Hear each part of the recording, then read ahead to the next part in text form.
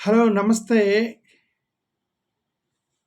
ఆంధ్రప్రదేశ్‌కి, బీహార్ ఈ 2 రాష్ట్రాలు ఇప్పుడు 2024 లోక్‌సభ ఎన్నికల్లో బాగా హాట్ టాపిక్ అయినాయి. ఆంధ్రప్రదేశ్ అండ్ బీహార్. దానికి కారణం ఏంటంటే, కేంద్రంలో ఉన్న ఎన్‌డీఏ ప్రభుత్వానికి కీలకంగా మారినటువంటి 2 రాష్ట్రాలు. ఒకటి ఆంధ్రప్రదేశ్, 2 బీహార్. ఈ 2 రాష్ట్రాలకు వచ్చినటువంటి ఎంపీ సీట్ల మీదనే కేంద్ర ప్రభుత్వం, ఎన్‌డీఏ ప్రభుత్వం ఆధారపడి ఉంది కాబట్టి ఈ 2 రాష్ట్రాలు దేశవ్యాప్తంగా చర్చ జరిగింది. దేశవ్యాప్తంగా ఒక సెన్సేషనల్ డిస్కషన్ అయితే జరిగింది. ఆంధ్రప్రదేశ్ గురించి, బీహార్ గురించి. దానికి కారణం ఏంటంటే, ఇద్దరు కీలక నాయకులు. ఒకరు ఇక్కడ చంద్రబాబు నాయుడు గారు, బీహార్‌లో నితీష్ కుమార్. వీళ్ళిద్దరూ నరేంద్ర మోడీ గారి యొక్క ప్రభుత్వానికి వీళ్ళు మద్దతు ఇవ్వటం ద్వారా అక్కడ గవర్నమెంట్ ఫామ్ అయింది. కాబట్టి వీళ్ళిద్దరు కీలకమయ్యారు. ఆంధ్రప్రదేశ్ రాష్ట్రం చర్చలోకి వచ్చింది. బీహార్ కూడా చర్చలోకి వచ్చింది. ఇప్పుడు ఈ రెండింటి గురించి మనం మాట్లాడేటప్పుడు, ఈ 2 రాష్ట్రాల గురించి మాట్లాడేటప్పుడు, ఈ 2 రాష్ట్రాలకి ఎన్ని కేంద్రానికి సంబంధించిన మినిస్టర్ పదవులు ఇచ్చారో మనకు తెలుసు. ఆ మినిస్టర్ పదవుల గురించి ఎన్నిచ్చారని మనకి చూసే ముందు అసలు ఈ 2 రాష్ట్రాల్లో ఏది బెటర్ స్టేట్ అని తెలిస్తే, ఎన్ని రాష్ట్రాలు ఏ స్టేట్‌కి ఎలా ఇచ్చారు, ఎవరు మోసపోయారు, ఎవరికి తక్కువ ఇచ్చారు, ఎవరికి ఎక్కువ ఇచ్చారు, ఎవరు గెలిచారు, ఎవరు ఓడారో మనకు అర్థం అవ్వాలంటే ముందు ఈ 2 రాష్ట్రాల యొక్క పరిస్థితులు మనం అర్థం చేసుకోవాలి. బీహార్ అలాంటిది, ఆంధ్రప్రదేశ్ అలాంటిది అని. Let us see that. ఇక నేను మీకు లింక్ ఇస్తున్నాను. నేను లింక్ ఇచ్చినా సరే చాలామంది కామెంట్లు పెడుతున్నారు కింద. ఏంటంటే, ఫేక్ న్యూస్ స్ప్రెడ్ చేయగాకు, తెలియకుండా చెప్పగాకు అని చెప్పి కింద కామెంట్లు పెడుతున్నారు. ఈ వీడియో చూసేవాళ్ళు మీకు ఇంకొకసారి ప్రతిసారి చెప్తున్నాను, నేను మాట్లాడే ఏ విషయమైనా సరే కింద ఆర్టికల్ లింక్ పెడతాను. డిస్క్రిప్షన్లోకి వెళ్ళి లింక్ చూడండి. బిజినెస్ టుడేలో ఆంధ్రప్రదేశ్కి బీహార్ని 2 కంపేర్ చేస్తూ ఒక ఆర్టికల్ ఇచ్చారు. అది కూడా పర్పస్ ఎందుకు ఇచ్చారు? ఎలక్షన్స్ అయిపోయిన తర్వాత నరేంద్ర మోడీ గారు క్యాబినెట్ ఎవరికి ఎన్ని సీట్లు ఇస్తారు అనేటువంటి కాంటెక్స్ట్లోనే అది దృష్టిలో పెట్టుకొని ఈ ఆర్టికల్ రాశారు. ఆంధ్రప్రదేశ్ ఎలా ఉంది, బీహార్ ఎలా ఉంది, ఇప్పుడు వీళ్ళకి ఎవరికి కేంద్ర మంత్రి పదవులు రాబోతున్నాయి అనేది దాని గురించి రాశారనమాట. ఆ లింక్ మీకు ఇస్తున్నా. నక్షల్లో ఆ లింక్ ప్రకారం క్లియర్గా చెప్తున్నాను. ఆంధ్రప్రదేశ్ యొక్క పాపులేషన్ కేవలం 5 కోట్ల మంది, బీహార్ పాపులేషన్ 13 కోట్ల మంది ఉన్నారు. అంటే ఆంధ్రప్రదేశ్ కంటే అంటే 120% ఎక్కువ పాపులేషన్ బీహార్కి ఉంది. పెద్ద స్టేట్ ఆంధ్రప్రదేశ్ కంటే. వాళ్ళు 13 కోట్ల మంది, ఆంధ్రప్రదేశ్ 5 కోట్ల మంది పాపులేషన్. అయితే గ్రాస్ స్టేట్ డొమెస్టిక్ ప్రోడక్ట్లో 2019 నుంచి 2024 మధ్యలో ఆంధ్రప్రదేశ్ ఎంత పెరిగింది? 27% పెరిగిందట. GSDP, gross domestic product, Andhra Pradesh 27% పెరిగింది. బీహార్ 29% పెరిగింది. ఇది gross domestic product. It relates. ఇది ఎలా ఉంటుందంటే, పాపులేషన్ బట్టి ఉండిద్ది. మనది 5 కోట్ల పాపులేషన్, వాళ్ళది 13 కోట్ల పాపులేషన్ అయినప్పటికీ కూడా మనది 27% పెరిగితే వాళ్ళది 29% పెరిగింది బీహార్కి. రైట్. రిమెంబర్ 19 నుంచి 24 వరకు ప్రభుత్వాన్ని నడిపింది జగన్మోహన్ రెడ్డి గారు. జగన్మోహన్ రెడ్డి గారి ప్రభుత్వంలో గ్రాస్ స్టేట్ డొమెస్టిక్ ప్రోడక్ట్ 27% పెరిగిందని బిజినెస్ టైమ్స్ అనే న్యూస్ అనే ఆర్టికల్లో రాశారు. జగన్మోహన్ రెడ్డి గారి ప్రభుత్వంలో ఎకానమీ పెరగలేదు, డెవలప్ అయిపోయింది, సోమాలియా అయింది, ఏమంటారు శ్రీలంక అయింది, ఇవన్నీ రాశారు కదా. జిఎస్డిపి 27% పెరిగిందంటే ఈ 5 సంవత్సరాల్లో జగన్మోహన్ రెడ్డి గారి ప్రభుత్వంలో అని అది రాశారు. మీరు కింద ఆర్టికల్ చదవండి. నెంబర్ 2, పర్ క్యాపిటా ఇన్కంలో ఇది అసలు యాక్చువల్గా గ్రాస్ స్టేట్ డొమెస్టిక్ ప్రోడక్ట్ అనేది పాపులేషన్కి అనుగుణంగా ఉండిద్ది. బట్ యాక్చువల్గా మనం చూడాల్సిన పర్ క్యాపిటా ఇన్కమ్ బట్టి ఒక స్టేట్ డెవలప్ అయిందో లేదో తెలుస్తుంది. ఈ per capita ఇన్కంలో Andhra Pradesh per capital income 59% పెరిగింది. రిమెంబర్, బీహారు కేవలం 47% మాత్రమే పెరిగింది. ఆంధ్రప్రదేశ్కి 59% పెరిగితే బీహార్ ఓన్లీ 47% పెరిగింది per capital income. Infrastructural development, Jaganmohan Reddy గారి ప్రభుత్వంలో ఏం పెరగలేదు. అసలు జగన్మోహన్ రెడ్డి గారి ప్రభుత్వం అభివృద్ధి జరగలేదు అనేటువంటి ఈ సొల్లు మీడియా పాపం అబద్ధాన్ని చెప్పి ప్రజల్ని మభ్యపెట్టి జగన్మోహన్ రెడ్డి గారిని అధపాతాలకు తొక్కారు. బిజినెస్ టైమ్స్ అనేటువంటి ఆ మ్యాగజైన్ క్లియర్గా చెప్పింది, ఇన్ఫ్రాస్ట్రక్చరల్ డెవలప్మెంట్లో 2019 నుంచి 2024 మధ్యలో జగన్మోహన్ రెడ్డి గారి ప్రభుత్వంలో ఆంధ్రప్రదేశ్ 87% ఇన్ఫ్రాస్ట్రక్చరల్ డెవలప్మెంట్ జరిగిందని రాశాడు.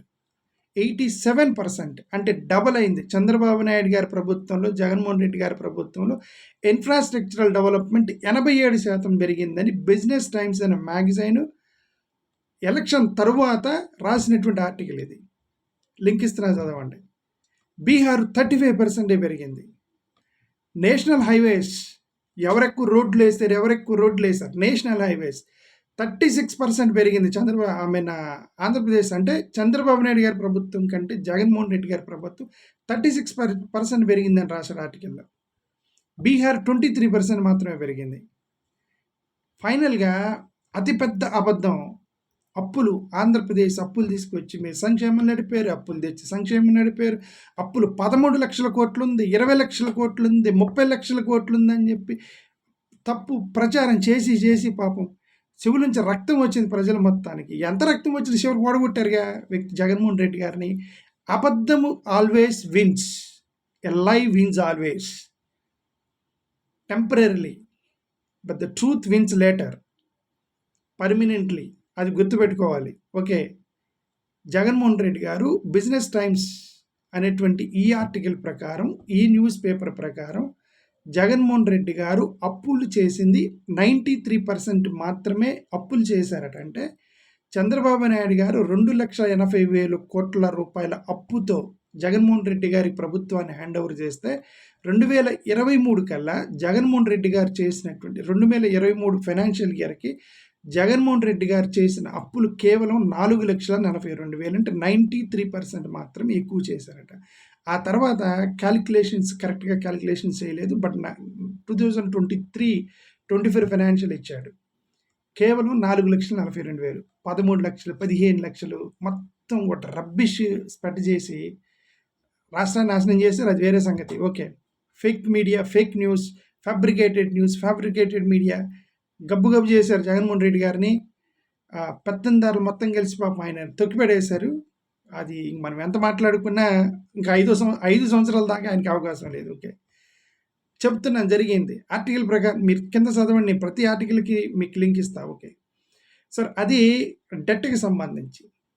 ఇప్పుడు దీన్ని బట్టి మనకి ఏమర్థమైంది, ఆంధ్రప్రదేశ్ స్ట్రాంగ్ పొజిషన్లో ఉంటే ఎకానమీలో కానీ, జిఎస్డిపిలో కానీ, పర్ క్యాపిటల్ ఇన్కంలో కానీ, డెవలప్మెంట్లో కానీ, ఇన్ఫ్రాస్ట్రక్చర్ డెవలప్మెంట్లో కానీ మొత్తంలో కూడా ఆంధ్రప్రదేశ్ని ఒక పటిష్టమైనటువంటి రాష్ట్రంగా తయారు చేసి జగన్మోహన్ రెడ్డి గారు పెట్టారు ఆంధ్రప్రదేశ్ని.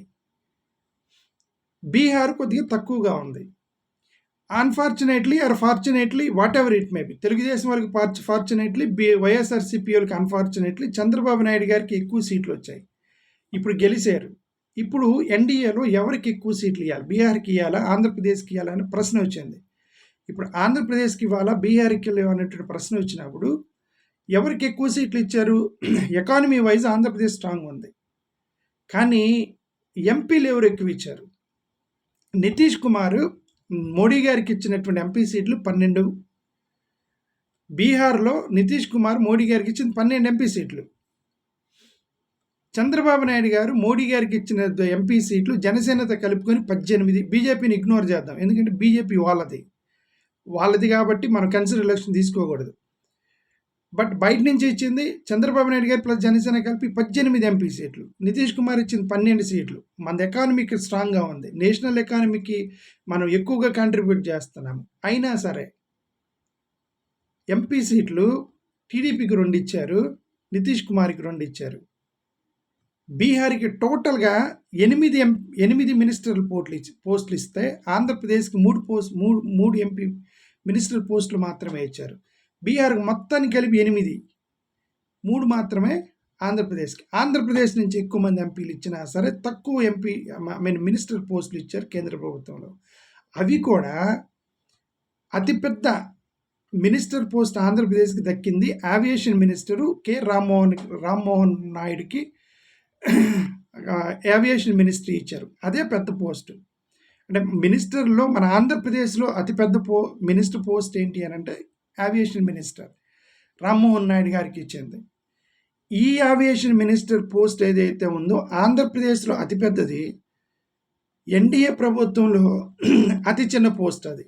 ఎందుకు నేను అది అతి చిన్న పోస్ట్ అన్నానంటే ఏవియేషన్ మినిస్ట్రీ అనేది ఎయిర్ ఇండియా ఉన్నప్పుడు అది పెద్ద పోస్ట్, పెద్ద మినిస్ట్రియల్ పోస్టే. బట్ కేంద్ర ప్రభుత్వం ఎయిర్ ఇండియాని అమ్మేసింది. ఎయిర్ ఇండియాని అమ్మేసిన తర్వాత ఇక ఆ మినిస్ట్రీ మొత్తం వాల్యూ పడిపోయింది. ఎయిర్ ఇండియా అంటే ఇప్పుడు ఇండియన్ ఎయిర్లైన్స్, ఎయిర్ ఇండియా అని 2 ఉంటాయి మనకి. ప్రభుత్వం హోల్డ్ చేసేటువంటి 2 ఎయిర్లైన్స్ ఉంటాయి. Air India, Indian airlines. Indian airlines అంటే లోకల్. మన ఏపీఎస్ఆర్టీసీ విజయవాడ నుంచి నెల్లూరు, నెల్లూరు నుంచి ఒంగోలు, ఒంగోలు నుంచి గుంటూరు, ఆంధ్రప్రదేశ్లోనే ఏపీఆర్టీసీ బస్సులు తిరుగుతారు కదా, లోకల్ బస్సులు తిరుగుతాయి కదా. అలాగే మన విదిన్ రాష్ట్రంలో తిరిగేటువంటి ఢిల్లీ నుంచి ముంబైకి, ముంబై నుంచి హైదరాబాద్, హైదరాబాద్ నుంచి బాంబేకి తిరిగేటువంటి లోకల్ మొత్తం కూడా ఇండియన్ ఎయిర్లైన్స్ అంటారు. మన ఏపీఎస్ఆర్టీసీ విజయవాడ నుంచి బెంగళూరుకి, విజయవాడ నుంచి ఢిల్లీకి, విజయవాడ నుంచి హైదరాబాద్కి, విజయవాడ నుంచి చెన్నైకి అట్లా out of the state run చేశారనుకోండి. వోల్వో బస్సులు రన్ చేస్తారు, పెద్ద పెద్ద బస్సులు. అలాగా ఎయిర్ ఇండియా వాళ్ళు ఇండియా నుంచి సింగపూర్కి, ఇండియా నుంచి ఇంటర్నేషనల్ రన్ చేస్తారు ఎయిర్ ఇండియా. ఈ ఎయిర్ ఇండియాని టాటా గ్రూప్కి అమ్మేశారు. ఇండియన్ ఎయిర్లైన్స్ మాత్రం ఇప్పుడు ఏవియేషన్ కింద ఉంది. లోకల్ అంటే సిటీ బస్సులు నడుపుకునేటువంటి ఏపీఎస్ఆర్టీసీ లాగా లోకల్ డొమెస్టిక్ ఎయిర్లైన్స్ నడిపేటువంటి ఇండియన్ ఎయిర్లైన్స్ మాత్రమే ఏవియేషన్ కింద ఉంది. మిగతా మొత్తం అమ్మేశారు. అమ్మేసిన తర్వాత there is no value for that ministerial post. అది వాల్యూ మొత్తం పడేది. ఇంతకుముందు జ్యోతిరాదిత్య సింధియా దానికి మినిస్టర్గా ఉన్నాడు. వాళ్ళ నాన్నగారు చేసినప్పుడు దానికి మంచి వాల్యూ ఉంది. తర్వాత జ్యోతిరాదిత్య సింధియా ఉన్నప్పుడు ఎయిర్ ఇండియాని అమ్మేశారు. ఎయిర్ ఇండియాని అమ్మేసిన తర్వాత మినిస్టర్ పోస్ట్ మాత్రం పడిపోయింది, దాని వాల్యూ పడిపోయింది. కాబట్టి తీసుకొచ్చి తెలుగుదేశానికి ఇచ్చారు. ఇప్పుడు రామ్మోహన్ నాయుడుకి ఇచ్చారు దాన్ని. జ్యోతిరాదిత్య సింధియా ఉన్నప్పుడే అమ్మేశారు దాన్ని, ఎయిర్ ఇండియాని. ఆ పోస్ట్ని తీసుకొచ్చి ఇక వాల్యూ పడిపోయిందని తీసుకొచ్చి తెలుగుదేశానికి ఇచ్చారు. That is the biggest post in Andhra Pradesh. అంటే అర్థం మిగతా ఇద్దరికి ఇచ్చిన ఇంకా చీప్ పోస్టులు ఇచ్చారని అర్థం. చీప్ మినిస్టరియల్ పోస్టులు వచ్చాయి ఆంధ్రప్రదేశ్కి అని అర్థం. ఓకే, ఇప్పుడు చెప్పండి, ఆంధ్రప్రదేశ్కి మన ఎకానమీ ఏంటి, మన స్ట్రెంగ్త్ ఏంటి, మన పొజిషన్ ఏంటి, మన జిఎస్డిపి ఏంటి, మన నేషనల్ ఏంటి, ఇన్ఫ్రాస్ట్రక్చర్ డెవలప్మెంట్ ఏంటి, మన నేషన్కి ఇచ్చినటువంటి పర్ క్యాపిటల్ ఇన్కమ్ ఏంటి, బీహార్ ఏంటి, మనం ఎన్ని ఎంపీ సీట్లు ఇచ్చాము, బీహార్లో ఇచ్చాము. ఎందుకు చంద్రబాబు నాయుడు గారు నితీష్ కుమార్ గారి కంటే ఎక్కువగా బార్గెన్ చేసుకోలేకపోయారు? ఎందుకు బార్గెన్ చేసుకోలేకపోయారు అనేది ఒక పెద్ద క్వశ్చన్ మార్క్. నేను అందుకే టైటిల్ పెట్టింది నితీష్ కుమార్ గెలిచారు, బాబు గారు ఓడిపోయారని చెప్పింది. అందుకే నేను, మన స్ట్రెంగ్త్ వేరు, బీహార్ స్ట్రెంగ్త్ వేరు, మనం ఇచ్చిన సీట్లు వేరు, బీహార్ సీట్లు వేరు. బట్ చంద్రబాబు నాయుడు గారికి ఫెయిల్డ్ బార్గెన్. ఎందుకంటే అన్కండిషనల్గా సపోర్ట్ ఇస్తామంటే ఎవడు ఇవ్వడు. నేను ఇంతకుముందు చెప్పాను, అన్కండిషనల్గా సపోర్ట్ ఇస్తామంటే ఎవడు ఇవ్వడు. నువ్వు బెదిరిస్తేనే, గట్టిగా పట్టుబడితేనే మీకు మంచి సీట్లు వస్తాయి అన్న. వీళ్ళు పట్టుబట్టలేదు, వేశారు దెబ్బ. అది ఈ ఆర్టికల్స్ ప్రకారం నేను చెప్పేది. ఓకే, అందుకే చంద్రబాబు నాయుడు గారికి గెలిపించి మోడీ గారికి గిఫ్ట్ ఇస్తే పట్టుబట్టేవాళ్ళు. మోడీ గారి వల్లే చంద్రబాబు నాయుడు గారు గెలిచి ఉంటే పట్టుబెట్టడానికి ఛాన్స్ లేదు. అర్థమైంది కదా?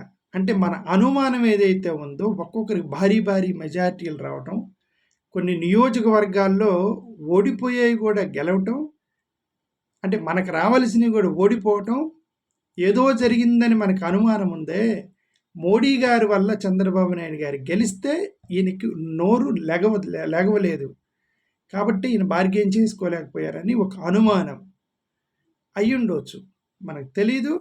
It can be it right are wrong, we don't know, but it reflects how Chandrababu Naidu garu bargained with the central government, and he utterly failed to gain more ministerial posts comparatively with Bihar.